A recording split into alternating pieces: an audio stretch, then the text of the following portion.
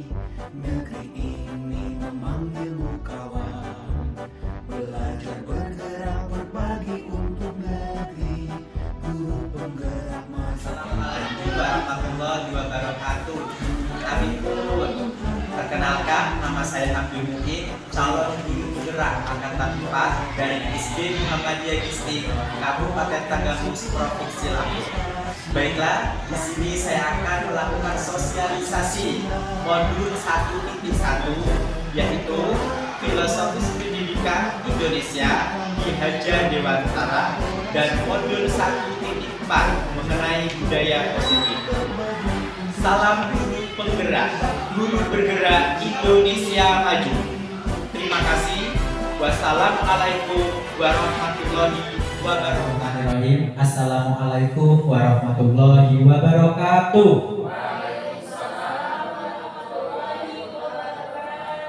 Tabipun. Innal hamdalillah nahmaduhu wa nasta'inuhu wa nastaghfiruh wa na'udzu billahi min shururi anfusina wa min sayyiati a'malina. May yahdihillahu fala mudhillalah wa may yudhlilhu fala hadiyalah. Asyhadu an la ilaha illallah wahdahu la syarikalah wa asyhadu anna Muhammadan abduhu wa rasuluh. Baiklah Bapak Ibu, berdirinya saya di sini sebagai pembawa acara dan sekaligus yang akan memberikan materi mengenai modul 1.1. Baiklah, acara pada hari ini yaitu pembukaan. Yang kedua, menyanyikan lagu Indonesia Raya. Yang ketiga, sambutan Kepala SD Muhammadiyah Gisti.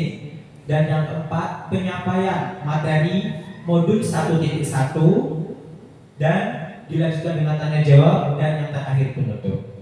Marilah Bapak Ibu, acara yang pertama itu pembukaan. Marilah acara ini kita buka dengan mengucap lafaz basmalah. Acara yang selanjutnya menyanyikan lagu Indonesia Raya. Kepada Bapak Ibu dimohon untuk berdiri.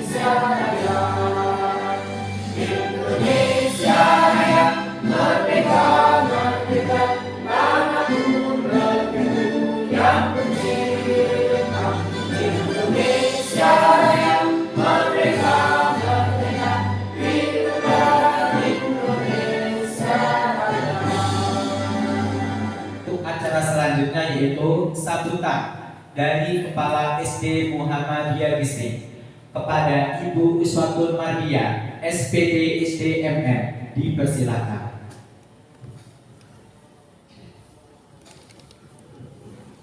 Bismillahirrahmanirrahim. Assalamualaikum warahmatullahi wabarakatuh. Waalaikumsalam warahmatullahi wabarakatuh. Kami pun. Ya pun. Izin saya lepas masker. Alhamdulillah. Alhamdulillahirabbil alamin.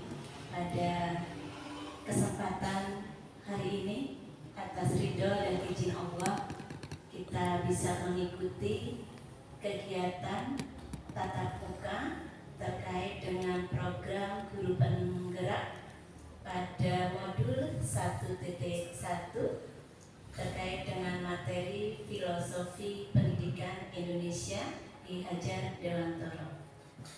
Bapak Abdul Muin, SPD, selaku calon guru penggerak, beliau belum resmi jadi guru penggerak ya, karena ini sedang proses, jadi masih kategori calon guru penggerak. Ada salah satu hadis yang menyampaikan bahwa kita dalam mendidik siswa atau mendidik anak, didiklah sesuai dengan zaman. Ini penambahan ya, dan tentunya disesuaikan dengan kondisi yang ada. Kepada Bapak Muin, harapan kami mudah-mudahan bisa mengikuti proses kegiatan guru penggerak dengan maksimal sehingga bisa lulus dengan nilai yang terbaik. Kepada Bapak Ibu yang belum menjadi guru penggerak, harapan kami tetap semangat, bisa mengikuti ketika nanti ada proses pendaftaran guru penggerak, mudah-mudahan bisa mendaftar dan bisa lulus. Terima kasih. Kami akhiri. Assalamualaikum warahmatullahi wabarakatuh.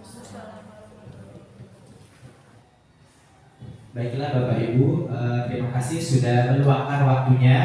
Baiklah, di sini saya akan melakukan sosialisasi atau pengembasan materi paket modul yang akan disampaikan pada hari ini adalah modul 1.1 Filosofi Pendidikan Indonesia Ki Hajar Dewantara dan modul 1.4 mengenai budaya positif. Bapak Ibu, di sini kita akan belajar mengenai refleksi filosofi pendidikan Indonesia Ki Hajar Dewantara. Baiklah Bapak Ibu, di depan sudah tertulis mengenai trilogi pendidikan. Mungkin yang kita sering kenal yaitu baris yang terakhir, Tuturi Handayani. Trilogi pendidikan yang pertama adalah Ingat Sasung Tulada, artinya yang di depan memberikan teladan. Jadi seorang guru wajib memberikan contoh dan teladan yang baik kepada peserta didiknya. Kemudian trilogi pendidikan yang kedua yaitu Ingmatya Mangunkarso, yang artinya atau mempunyai makna guru memberikan motivasi. Seorang guru itu biasanya selalu memberikan motivasi, dorongan yang positif kepada peserta didiknya. Yang terakhir yaitu Tuturi Handayani. Ini yang sering kita dengar, yang mempunyai makna, yang di belakang memberikan dorongan. Ini juga berkaitan dengan motivasi yang selalu diberikan oleh guru kepada peserta didiknya. Baiklah, untuk materi yang selanjutnya, dasar pendidikan Ki Hajar Dewantara yaitu menuntut. Arti menuntut di sini yaitu segala kekuatan kodrat yang ada pada anak-anak agar mereka dapat mencapai keselamatan dan kebahagiaan yang setinggi-tingginya, baik sebagai manusia ataupun anggota masyarakat. Nah, jadi maksud pendidikan di sini yaitu menuntut anak-anak agar yang tadinya tidak mengerti menjadi mengerti dan menciptakan menjadi seseorang yang berguna. Yang selanjutnya, dasar pendidikan Ki Hajar Dewantara yang berkaitan dengan kodrat anak yaitu merdeka. Kita sering di era sekarang sering mendengar merdeka belajar. Nah, di sini yang berkaitan dengan arti merdeka yaitu manusia merdeka adalah manusia yang hidupnya lahir atau batin, tidak tergantung pada orang lain, akan tetapi bersandar pada kekuatan sendiri. Ini artinya kita seorang guru mengajarkan kemandirian anak agar anak-anak bisa melakukan sesuatu dengan. Sehingga kita lanjutkan mewujudkan merdeka lahir dan batin. Ini maksudnya seperti apa? Bisa dilihat di depan.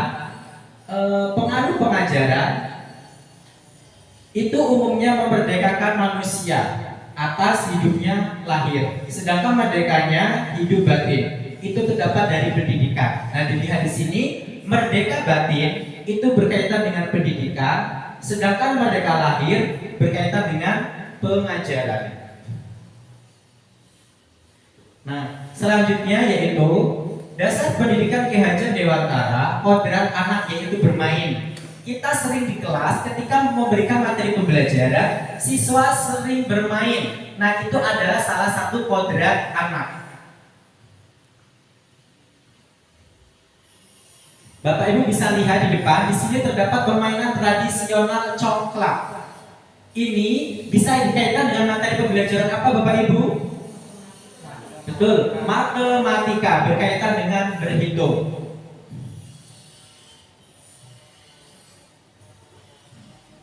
Selanjutnya di sini terdapat gobak sodor. Ini adalah salah satu permainan tradisional Indonesia. Coba Bapak Ibu, materi pembelajaran apa yang bisa dikaitkan dengan permainan gobak sodor? Ada yang mengerti Bapak Ibu? Ya, PJOK. Selain PJOK, materi apa lagi?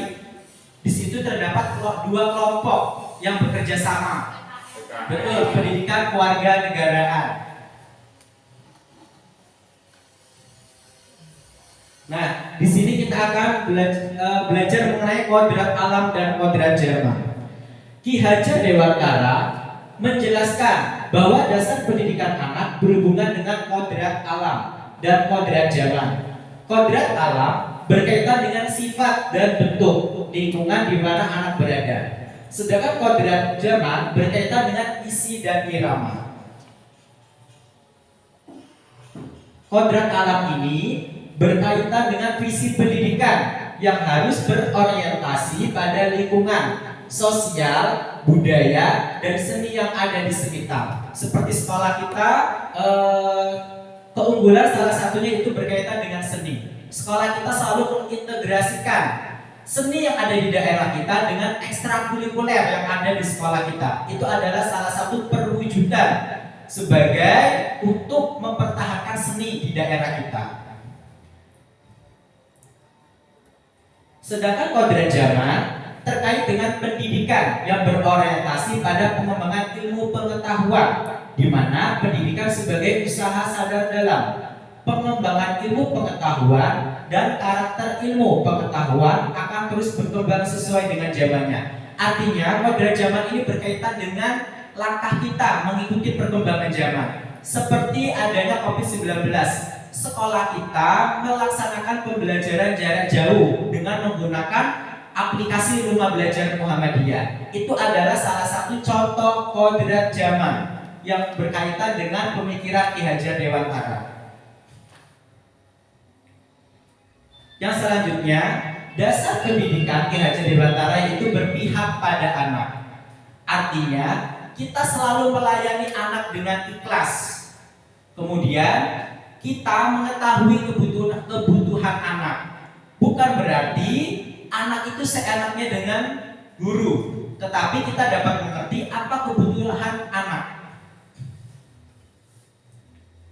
Selanjutnya menghamba. Menghamba ini bukan berarti dapat diperlakukan seenaknya, tapi pendidikan harus berorientasi pada kebutuhan anak sehingga anak dapat berkembang sesuai dengan minat dan bakatnya. Sebagai seorang pendidik, kita harus tahu bakat yang dimiliki oleh setiap anak. Ada yang anak pintar bernyanyi, tetapi dia di akademik dia tidak seberapa. Ada anak yang pintar dalam olahraga, atlet, dia sampai juara provinsi, nasional, tetapi dia di materi akademik tidak seberapa. Seorang guru harus memahami peristiwa atau kejadian seperti ini. Selanjutnya, dasar pendidikan Ki Hajar Dewantara yaitu bukan tabula rasa. Yang kita ketahui, anak kelas 1, anak yang atau baru lahir itu seperti kertas kosong. Namun, itu berbeda dengan teori yang ada di sini. Nah, anak bukan kertas kosong yang bisa digambar sesuai keinginan orang dewasa. Anak lahir dengan kekuatan kodrat yang masih samar-samar. Nah, menurut Ki Hajar Dewantara, anak lahir dengan masih samar-samar. Tujuan pendidik adalah menuntun, memfasilitasi, dan membantu anak untuk menebalkan garis samar-samar agar dapat memperbaiki lakunya untuk menjadi manusia seutuhnya. Jadi, seorang anak itu bukanlah seperti kertas kosong, namun dia sudah mempunyai garis samar-samar. Tugas kita kita adalah menebalkan garis samar-samar tersebut. Dasar pendidikan Ki Hajar Dewantara yang selanjutnya yaitu petani. Maksud petani di sini adalah anak membawa kodratnya masing-masing. Tugas pendidik pada hakikatnya sama dengan petani. Petani menanam padi, ia hanya dapat menuntun tumbuhnya padi. Ia dapat memperbaiki tanah, memelihara tanaman, memberi pupuk dan air serta memusnahkan hama tanaman. Maksud kali pernyataan di sini adalah seorang guru itu diibaratkan seperti petani.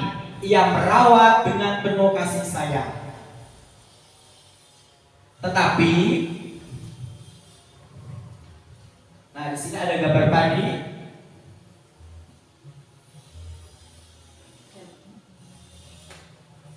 Seorang petani tidak bisa mengubah padi tumbuh menjadi jagung. Artinya berkaitan dengan tabul rasa tadi. Artinya seorang guru tidak bisa memaksakan apa yang diinginkan oleh sang guru. Misalkan si guru ingin siswa A pandai bernyanyi, tapi siswa A lebih menonjol ke olahraga. Ini dia yang dimaksud dengan seorang petani tidak bisa mengubah padi tumbuh menjadi jagung. Begitu juga dengan seorang anak, tidak bisa dipaksakan apa yang menjadi kesenangannya. Artinya seorang anak mempunyai hobi atau keinginannya masing-masing. Seperti saya sendiri, saya dari kecil tidak hobi dengan permainan sepak bola. Dan saya tidak bisa dipaksakan bila ada guru menginginkan saya untuk bermain bola di lapangan ampera sebesar itu. Dan saya merasa ketika saya sudah SD, SMP, saya merasa bahwa yang ada di dalam diri saya itu berkaitan dengan seni. Tetapi seperti berkaitan dengan olahraga, bola basket, bola voli, dan bola kaki, saya tidak bisa melakukan itu. Nah, inilah yang dimaksud dengan pernyataan yang baru saya bacakan. Selanjutnya, hobi olahraga dipaksa untuk belajar hanya untuk mendapatkan nilai ujian yang tertinggi. Nah, ini berkaitan dengan pernyataan yang saya sampaikan tadi. Selanjutnya, menurut Ki Hajar Dewantara, guru jangan hanya mendidik murid dan memberi pengetahuan yang perlu dan baik saja. Guru harus mendidik murid mencari sendiri pengetahuannya. Ini berkaitan dengan kemandirian anak. Di dalam kurikulum yang kita pelajari seperti buku tematik itu banyak sekali pembelajaran yang menjembatani anak supaya belajar mandiri, baik itu mencari materi di perpustakaan, internet dan lainnya. Nah, di sini sudah dijelaskan kembali, guru diibaratkan seorang petani, kemudian murid diibaratkan bulir-bulir padi yang akan ditanam. Sedangkan lahan, sekolah diibaratkan tanah tempat bercocok tanam. Selanjutnya di sini guru harus mengusahakan lingkungan sekolah menjadi lingkungan yang menyenangkan agar peserta didik selalu semangat dalam pembelajaran. Dengan begitu akan lebih mudah untuk menciptakan murid yang berkarakter sesuai dengan profil pelajar Pancasila demi mewujudkan merdeka belajar. Bapak Ibu sudah pernah dengar profil pelajar Pancasila? Sudah ya? Nah, pelajar Pancasila adalah perwujudan pelajar Indonesia sebagai pelajar sepanjang hayat yang memiliki kompetensi global dan berperilaku sesuai dengan nilai-nilai Pancasila. Nah, di sini ada 6 profil pelajar Pancasila. Yang pertama, beriman bertakwa kepada Tuhan Yang Maha Esa dan berakhlak mulia. Ini berkaitan dengan hubungan manusia dengan manusia ataupun hubungan manusia dengan Tuhannya. Hablum minallah ataupun hablum minanas. Seperti di sekolah kita, sepertinya kita sudah menanamkan poin yang pertama ketika siswa berdoa, bertadarus bersama, sholat duha berjamaah dan sholat zuhur berjamaah. Yang kedua yaitu mandiri. Mandiri ini berkaitan dengan tanggung jawab siswa. Yang selanjutnya bernalar kritis, kebinekaan global. Yang artinya seorang peserta didik atau seorang guru juga harus berinteraksi dengan budaya lain, saling menghargai. Artinya budaya yang ada di kita dengan budaya yang lain itu berbeda. Misalkan budaya Lampung dengan budaya orang Sumatera Utara yang sukunya Batak itu berbeda. Yang selanjutnya yaitu bergotong royong. Itu artinya seorang siswa mampu membantu sesama. Misalkan ketika membersihkan lingkungan atau ketika ada teman yang sedang mengalami musibah. Yang terakhir yaitu kreatif. Kreatif di sini artinya menghasilkan sesuatu yang dapat dipakai, bermanfaat dan berdampak. Nah, ketika anak-anak membuat anyaman atau kerajinan tangan yang dapat digunakan, itu adalah salah satu kreatif. Nah, kita sudah belajar mengenai modul 1.1. Kita berada ke materi modul 1.4 mengenai budaya positif. Bapak Ibu sudah sering mendengar kata budaya? Ya. Apa itu budaya, Bapak Ibu? Pembiasaan yang sering dilaksanakan dalam suatu tempat. Iya, bisa. Pembiasaan yang sering dilaksanakan dalam suatu tempat. Nah, di sini kita akan belajar mengenai perubahan paradigma, stimulus respon lawan teori kontrol. Ini materi ini juga berkaitan dengan guru bimbingan konseling. Oleh karena itu saya juga mengajak Bapak Aris ya. Untuk membangun budaya yang positif, sekolah perlu menyediakan lingkungan yang positif, aman dan nyaman. Ketika sekolah itu nyaman, aman, maka peserta didik dan guru merasa nyaman, tidak adanya rasa tertekan. Selanjutnya, murid-murid mampu berpikir, bertindak, dan bercipta dengan merdeka, mandiri, dan bertanggung jawab. Salah satu strategi yang perlu ditinjau ulang adalah bentuk disiplin yang dijalankan selama ini di sekolah-sekolah kita. Nah, di sini ada perubahan paradigma, stimulus respon, teori kontrol. Nah, di sini ada stimulus respon dan ada teori kontrol. Bisa dipahami, Bapak Ibu? Yang selanjutnya, kita sering mendengar kata disiplin. Ketika mendengar kata disiplin, apa yang terbayang di benak Bapak Ibu? Apakah terlintas di pikiran Bapak Ibu semua? Bagaimana kata disiplin itu?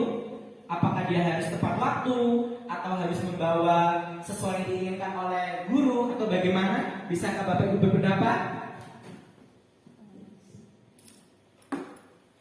Nah, kita lanjutkan Bapak Ibu ya, di sini nanti ada jawabannya. Nah, kebanyakan orang akan menghubungkan kata disiplin dengan tata tertib, teratur, dan kepatuhan pada peraturan. Kata disiplin juga sering dihubungkan dengan hukuman. Ketika anak tidak mengerjakan PR, seorang guru menghukum. Seorang guru memerintahkan murid membersihkan WC. Biasanya peristiwa ini yang terjadi di sekolah-sekolah. Padahal itu sungguh berbeda karena belajar tentang disiplin positif tidak harus dengan memberi hukuman. Justru itu adalah salah satu alternatif terakhir. Dan kalau perlu tidak digunakan sama sekali. Dalam budaya kita, makna kata disiplin dimaknai menjadi sesuatu yang dilakukan seseorang pada orang lain untuk mendapatkan kepatuhan. Kita cenderung menghubungkan kata disiplin dengan ketidaknyamanan. Nah, di sini ada teori motivasi perilaku manusia. Ada motivasi eksternal, yang selanjutnya motivasi internal, tujuan disiplin positif. Nah, di sini kita akan belajar budaya positif itu ada lingkungan positif, keyakinan kelas, dan ada yang terakhir yaitu peraturan kelas. Nah, keyakinan kelas, hukuman, dan penghargaan. Mengapa tidak peraturan saja? Mengapa harus keyakinan kelas? Nah, Bapak Ibu, 2 hari yang lalu baru saja saya mengaplikasikan membuat keyakinan kelas di 5C. Nanti saya harapkan Bapak Ibu bisa membuat juga keyakinan kelas di kelas masing-masing. Nah, di sini Bapak Ibu, ketika Bapak Ibu berkendara menggunakan motor, apakah Bapak Ibu menggunakan helm? Ya. Mengapa Bapak Ibu menggunakan helm? Demi keamanan. Demi keamanan. Selanjutnya, di COVID-19 seperti sekarang ini, apakah Bapak Ibu ketika keluar rumah menggunakan masker? Ya. Apa alasan Bapak Ibu menggunakan masker? Kesehatan. Ya, itulah yang dinamakan dengan keyakinan. saya berkendara menggunakan motor, maka saya harus melindungi kepala saya menggunakan helm. Nah, yang pertama tadi keselamatan, yang selanjutnya tadi kesehatan. Nah, nilai-nilai keselamatan dan kesehatan inilah yang kita sebut sebagai suatu keyakinan. Jadi keyakinan itu berkaitan dengan sesuatu yang kita yakini yang dapat berdampak positif bagi diri kita sendiri. Yang selanjutnya bisa dilihat Bapak Ibu, suatu keyakinan akan lebih memotivasi seseorang dari dalam atau memotivasi secara intrinsik. Nah, intrinsik ini sinonim katanya berkaitan dengan dari dalam. Seseorang akan lebih tergerak dan bersemangat untuk menjalankan keyakinannya. Saya sudah yakin saya dalam satu hari harus melaksanakan salat 5 waktu. Itu adalah keyakinan berkaitan dengan agama Islam. Selanjutnya, seseorang akan lebih tergerak dan bersemangat untuk menjalankan keyakinannya daripada hanya sekedar mengikuti serangkaian peraturan. Murid-murid pun demikian. Mereka perlu mendengarkan dan mendalami tentang suatu keyakinan daripada hanya mendengarkan peraturan-peraturan yang mengatur mereka harus berlaku begini dan begitu.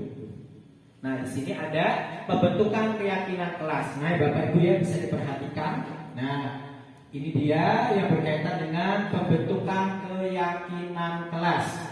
Di situ ada keyakinan kelas bersifat lebih abstrak daripada peraturan yang lebih rinci atau konkret.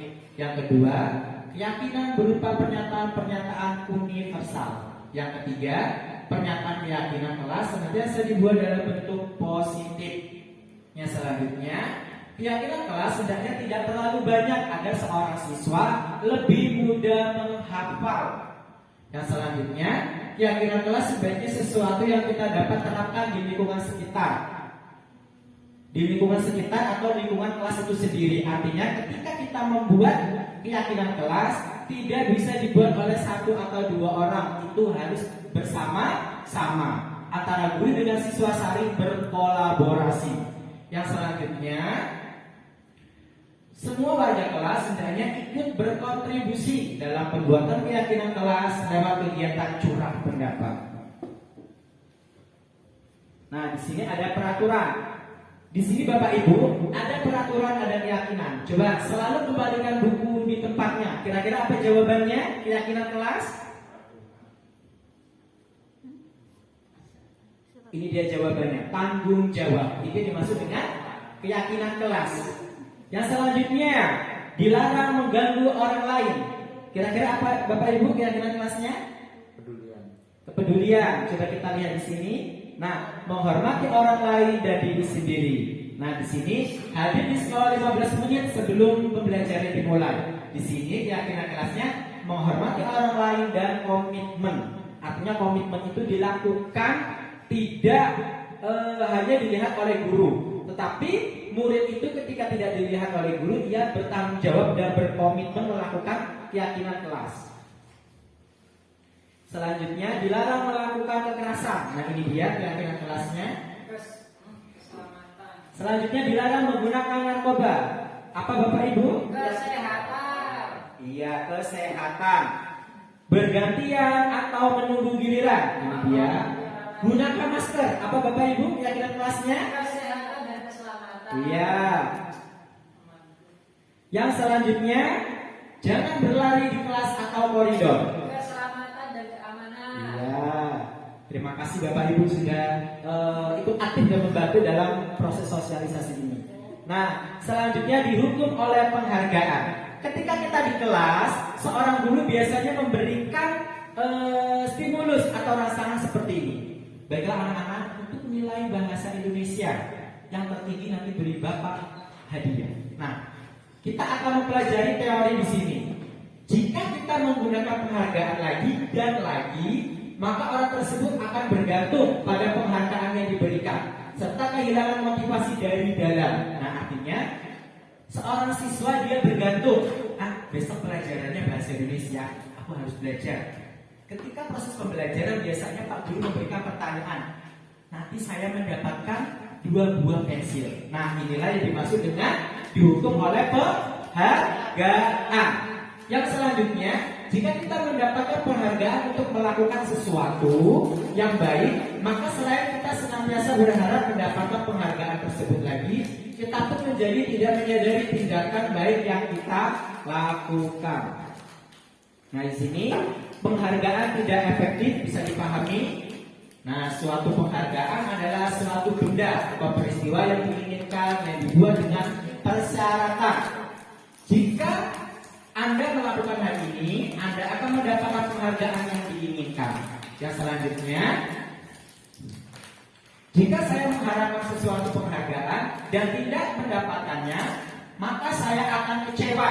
Nah, bila seseorang peserta didik, ketika dia menginginkan penghargaan, tetapi seorang guru memberikan penghargaan kepada orang lain, maka akan mewujudkan cemburu sosial. Yang selanjutnya, jika kita memberikan seseorang suatu penghargaan untuk melakukan sesuatu, maka kita harus terus menerus. Nah, ini artinya ada ketergantungan. Jadi seorang guru selalu memberikan penghargaan. Jika kita ingin orang tersebut meneruskan perilaku yang kita inginkan. Nah, ini adalah yang berkaitan dengan penghargaan.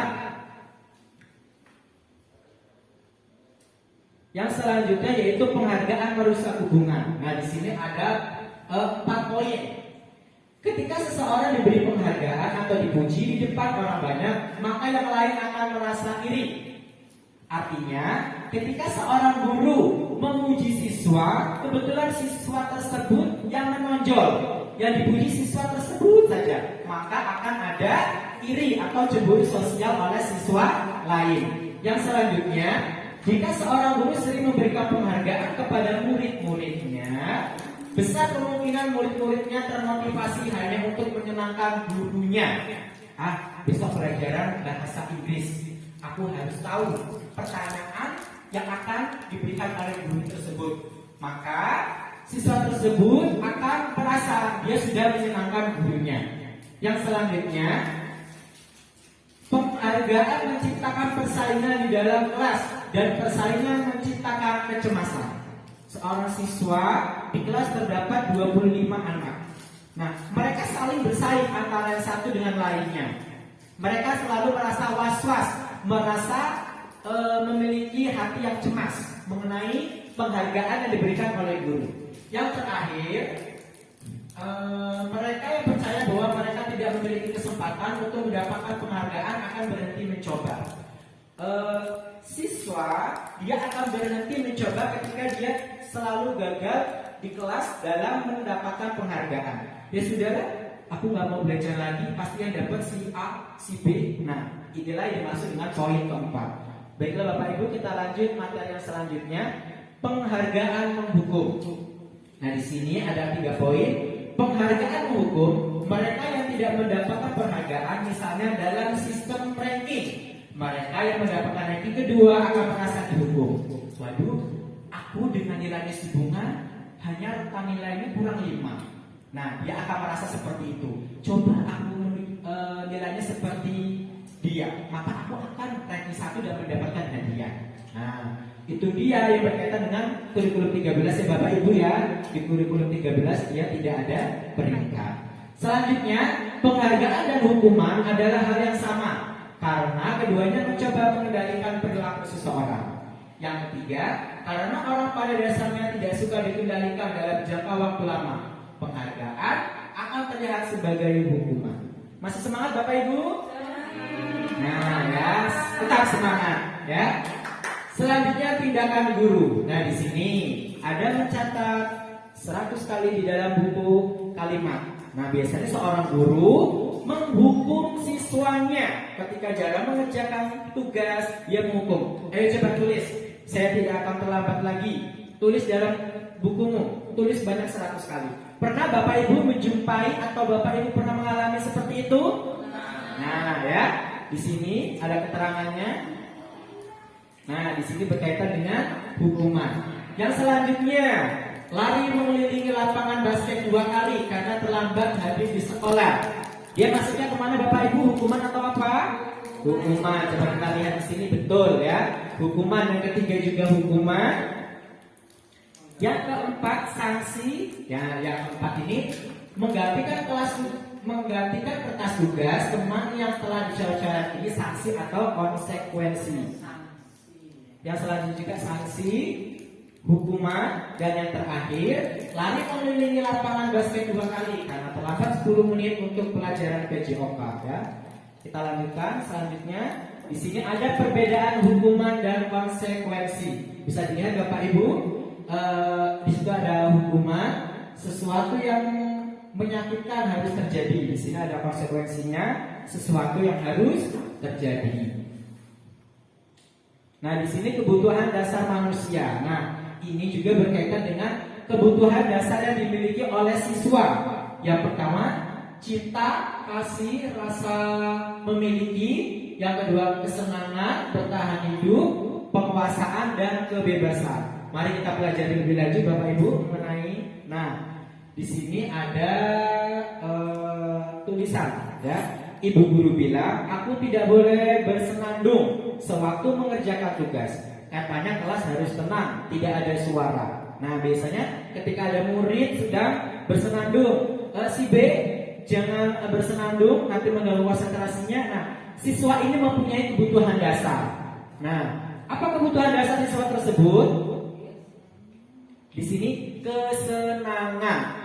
Siswa lebih senang ketika belajar sambil bersenandung. Yang kedua, kira-kira apa Bapak Ibu? Ibu guru tidak menyapaku hari ini, padahal aku pakai jepit rambut baru. Coba kita lihat di sini Bapak Ibu. Nah, ketika siswa biasanya dia senang ketika menggunakan barang baru. Misalnya ketika siswa menggunakan jilbab yang bagus atau di sini menggunakan pakai jepit. Nah, biasanya seorang siswa jalan ke depan guru, biasanya siswa mengharapkan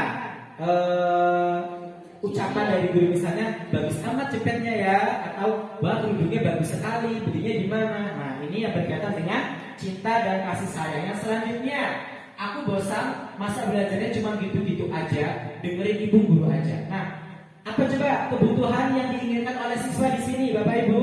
Kebebasan, Pak. Coba kita lihat di sini. Ya betul, kebebasan. Terima kasih Bapak Aris ya. Nah, yang terakhir, aku sebel, gambarku tidak rapi, malah ibu guru nunjukin ke teman-temanku di depan kelas. Nah, ini biasanya dialami oleh siswa.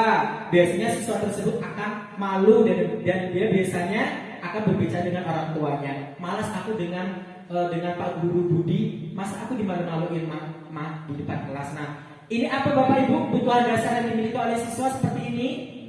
Kayaknya masuk ke cinta dan kasih sayang. Iya, cinta dan kasih sayang ini adalah kebutuhan dasar yang dimiliki oleh siswa.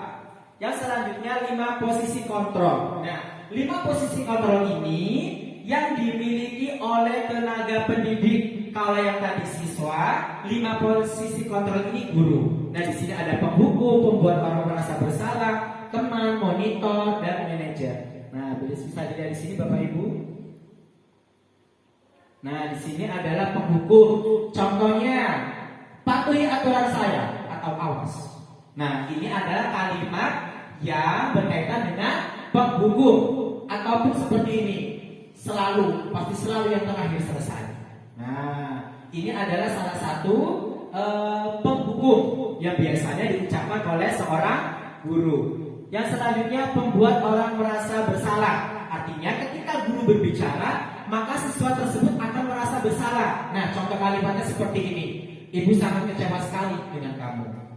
Yang selanjutnya, berapa kali Bapak harus memberitahu kamu ya? Nah, ini adalah ucapan yang berkaitan dengan pembuat orang merasa bersalah. Yang merasa bersalah siapa Bapak Ibu? Anak, betul, atau peserta didik. Yang selanjutnya di sini, nah, teman. Nah, bisa juga guru sebagai teman untuk peserta didiknya. Di sini lihat contoh kata-katanya. Ayo bantulah jadi Bapak ya.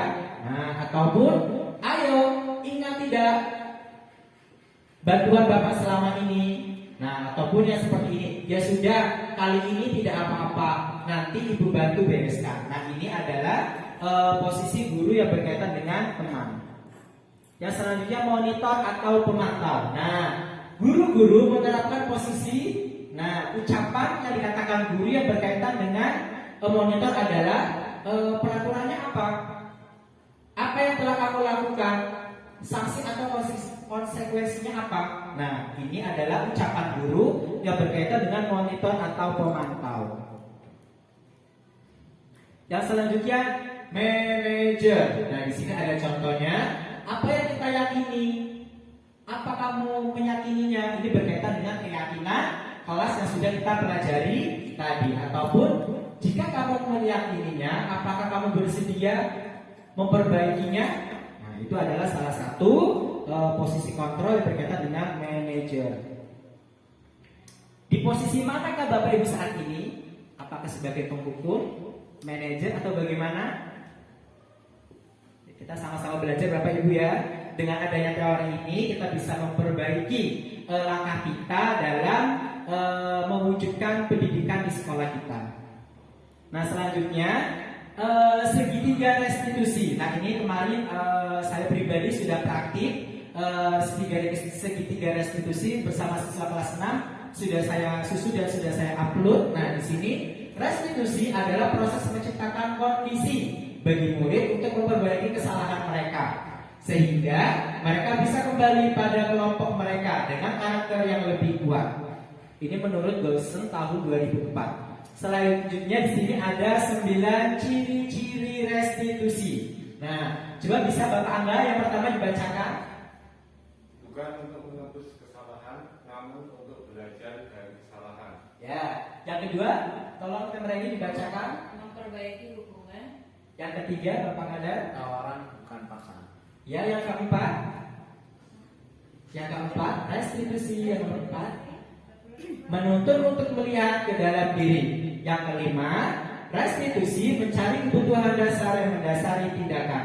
Yang keenam, restitusi diri adalah cara yang paling baik untuk memperbaiki diri.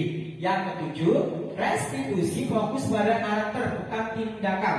Yang selanjutnya, restitusi fokus pada solusi. Yang terakhir, restitusi mengembalikan murid yang berbuat salah pada kelompoknya. Kita bahas selanjutnya Bapak Ibu. Nah, di sini ada segitiga restitusi. Ya, di sini ada poin yang pertama. Yang ini Bapak Ibu, 1, 2, 3. Kita pelajari lebih lanjut. Nah, di sini ada yang menstabilkan identitas.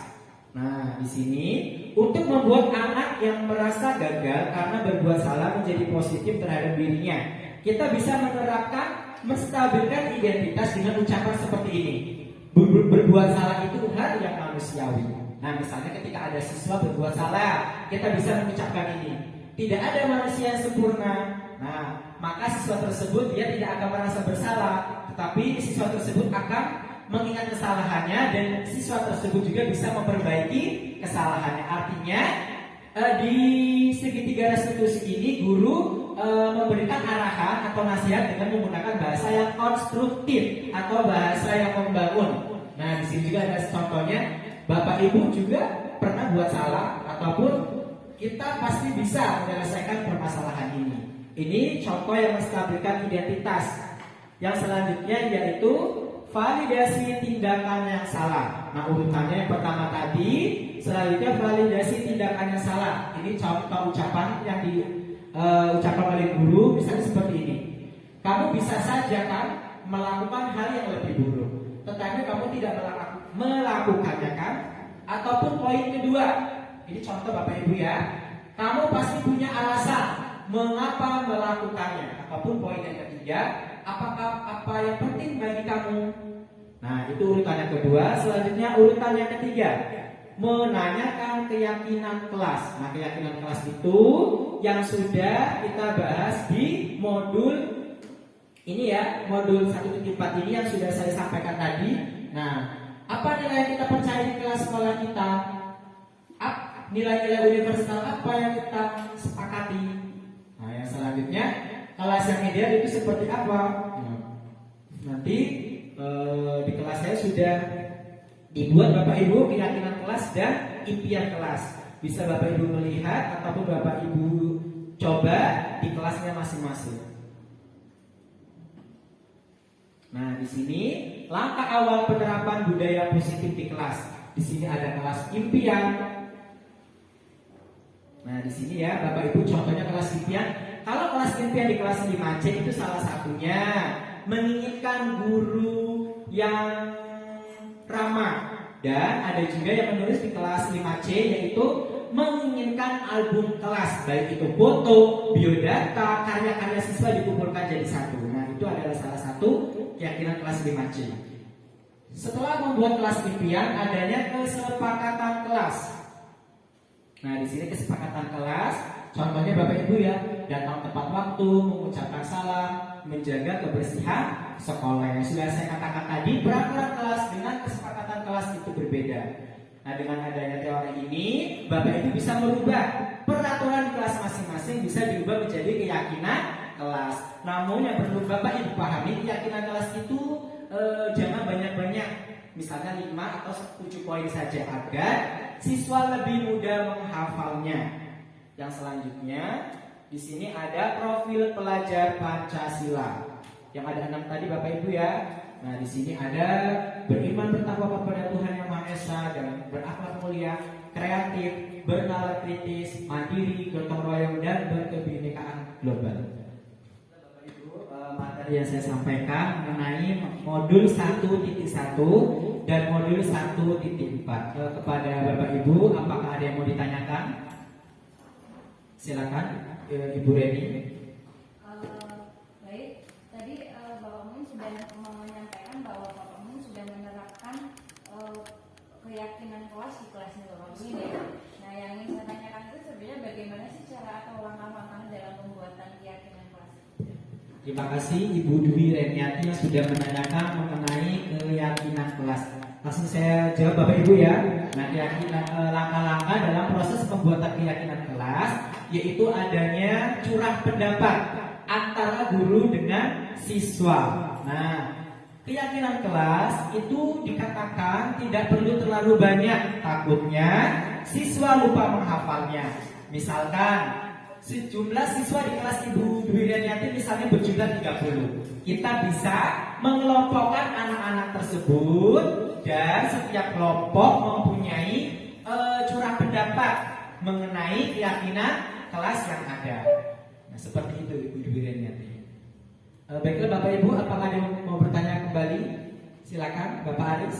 Oke, sebelumnya saya terima kasih atas info yang diberikan oleh Pak Mimin. Saya mau bertanya nih Pak, sebenarnya apa yang dimaksud dengan merdeka belajar dan bagaimana sih cara pengaplikasiannya kita di dalam kelas? Terima kasih. Terima kasih Bapak Aris Monanda yang telah bertanya mengenai merdeka belajar.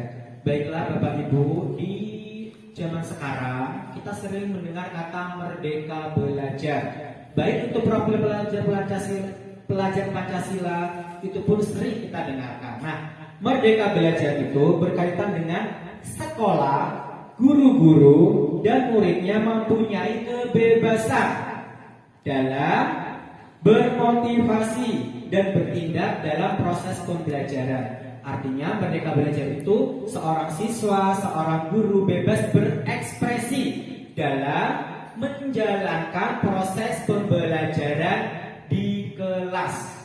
Ketika seorang guru memberikan materi puisi di kelas, guru tidak hanya memberikan satu contoh puisi misalnya, guru juga bisa mengarahkan. Misalnya ketika ada siswa, Pak, saya mau lihat puisi di perpustakaan, Pak, saya mau melihat puisi yang ada di Mading. Itu adalah salah satu contoh merdeka belajar. Begitu juga dengan seorang guru. Yang sering kita dengar, seorang guru dalam memberikan materi pembelajaran bukan hanya melalui buku modul, buku tema. Seorang guru juga bisa menerapkan materi pembelajaran dari internet atau dari YouTube, blog. Itu banyak sekali materi-materi yang menunjang dalam proses pembelajaran. Yang seperti itu. Bagaimana Bapak Ibu, cukup? Baiklah Bapak Ibu, terima kasih atas perhatiannya. itulah materi yang saya sampaikan. Bila ada yang kurang jelas bisa nanti ditanyakan melalui WhatsApp ataupun bertanya secara langsung. Baiklah, di sini saya sebagai pembawa acara sekaligus materi mengucapkan terima kasih kepada Bapak Ibu semua. Baiklah Bapak Ibu, acara terakhir itu penutup. Marilah acara ini kita tutup dengan mengucap lafaz hamdalah. Terima kasih, saya akhiri. Billahi taufiq wal hidayah. Wassalamualaikum warahmatullahi wabarakatuh.